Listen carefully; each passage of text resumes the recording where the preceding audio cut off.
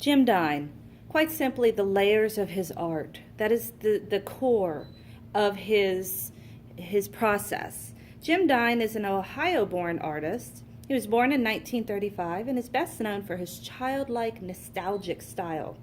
He uses well-known, recognized subject matter such as the hearts or the bathrobe and tools, things that are easily recognizable to the viewer, but it allows the viewer to realize, okay, there's more than just this simple object. So there's kind of a depth to his work.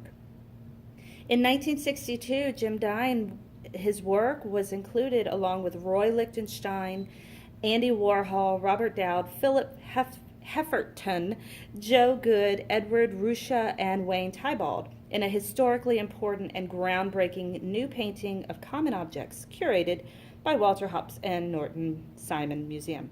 Basically, the long and the short of it is he has been grouped into some of the greatest artists of pop and Dada work. So this is a huge boon for him.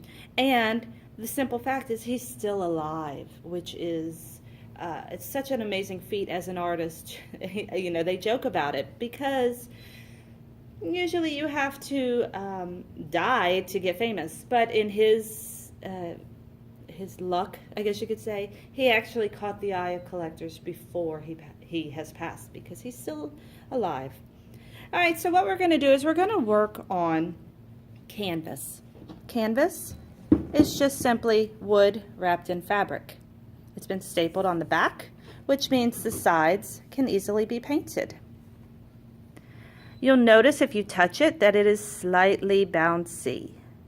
You get used to that pretty quickly as you are creating, but one thing you really need to keep in mind, because we are drawing directly onto the canvas with our art pencil, which should be included in your box, because you're drawing directly onto it, if you have a point on your pencil and you push hard, you're going to make a hole. So you want to be very, very, very gentle when you draw. The other thing is, if you mess up, you want to be able to erase. And you'll notice that I have paint on my plate here. You have yours in the handy dandy travel size. There's no difference between these. It's just the fact that mine don't have to travel, therefore I put them directly on my plate. You can use these directly from the wells. The cool thing about the wells is that they are individually lidded, so you can do one color at a time and not risk them drying out as you use them. But these are acrylic. They have a plasticine base. They do stain. So if you are wearing something of quality, I do recommend changing just in case. If you're anything like me, your paintbrush will flip out of your hand at some random point. I'm a kind of a spastic artist. So if you really get into your artwork, you may want to consider changing your clothes or putting on an apron. I also have a napkin, nothing special, just run-of-the-mill napkin. I can't talk today, I apologize. And finally, you're going to need a water source. Actually, not finally, because we also have a paintbrush. You're going to need a water source. You can tell that I've got it about halfway up my bucket. A coffee cup works great. You want to make sure that whatever you use does not have a small base. Now this has a little bit of a small base, but it's still a flat, sturdy base. If it tapers down, you might risk it spilling over. And because this is acrylic water that's going to be used, you know, you're rinsing your acrylic paint off into your bucket. So if you spill it, it could stain. And finally, this is your paintbrush. It's just wood. There's a metal barrel, and then there's bristles. These are synthetic bristles, which means they are not horsehair or human hair. They are factory made. They're very soft, and they also run in one direction. One thing you need to keep in mind, let me get that to focus in on the close-up and not the far away. Okay, I'm just going to go far away, make it easy. If your paint gets too far up the bristles, like up into the barrel, what that's going to do is it's going to get trapped in there. And if you've ever used a paintbrush where the bristles are falling out on you, it's probably because they're broken up in here.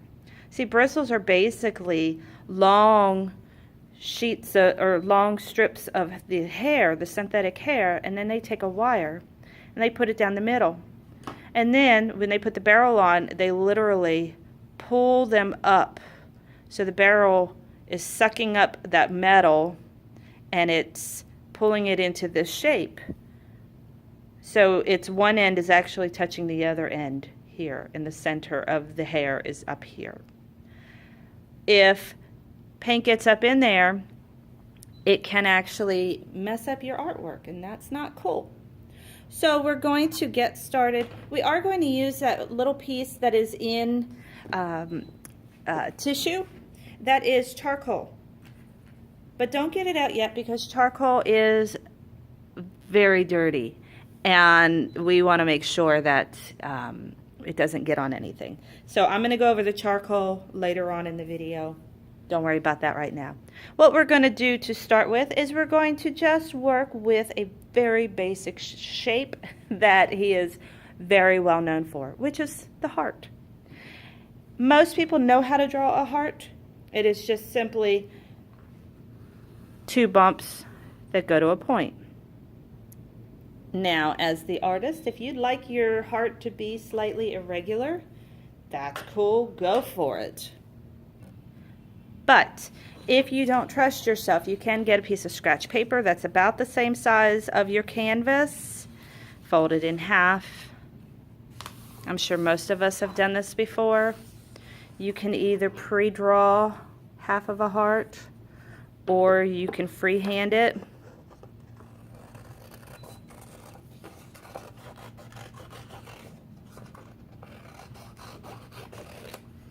And once you have your heart cut, you can open it, lay it relatively centered in your on your canvas, and then you can trace it with your pencil. So I'm going to go ahead and just freehand my heart. I like the irregular look of it, but once again, you could do it whatever way works best for you. Notice I'm not pushing hard. You probably can barely see it. And now we're going to go ahead and get started with filling it in.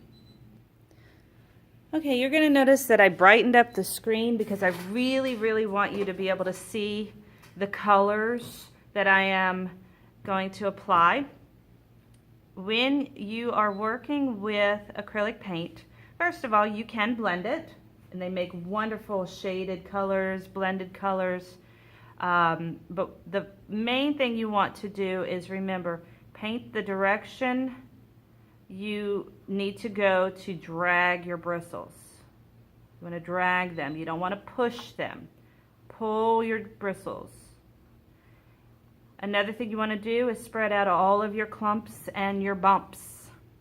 You do not want what I tell my students are paint boogers. Paint boogers are the blobs of paint. If you have it, what you're going to do is have these raised sections, and though they may seem cool, they are fragile and they can rip off. So once it's all dry, you might end up with, oops, see, I told you, paintbrushes slip out of my hands. You'll end up with little pieces that are chipping off of your painting. The third thing I want to remind you of is, and obviously that'll be red right there. The third thing I want to remind you of is the fact that you have to fill in all the little bits of white. So change your view, angle your head, pick it up, move it around.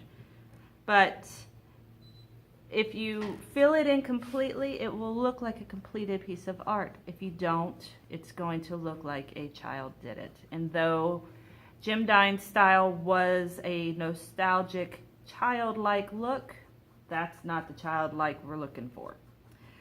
All right, so what I'm doing is I'm taking all the areas for the background that I want red. No rhyme or reason, I'm just filling in blotches of red. I'm going to fill in the background with blotches of every color, the whole rainbow. I'm not going to blend them too much but I am going to spread them out. I'm going to do some red over here, a little orange over there, you know, just all over the place with all the colors. Now I'm not doing the heart itself yet. That will be after my background is painted. Feel free to paint your sides. If you do, that's called gallery wrapping, and you don't have to frame your painting when you're done. You can just hang it straight on the wall. So that's cool. Now before I pause the video and do the background, I do want to show you how to clean your brush. Take that paint, pretend that your water is like chocolate milk and you're stirring that chocolate around. You're really going to tap your paintbrush on the bottom of that bucket or cup. And what that's doing is it's shaking all of the paint free. You're going to drag it up the side, and don't tap tap, just drag it up the side, come over to your napkin and pull your brush. That's going to make your brush last so much longer if you take care of it. Alright, we're going to go ahead and pause the video. I'm going to fill in my background with a variety of colors and get back with you when it's time to work on the heart.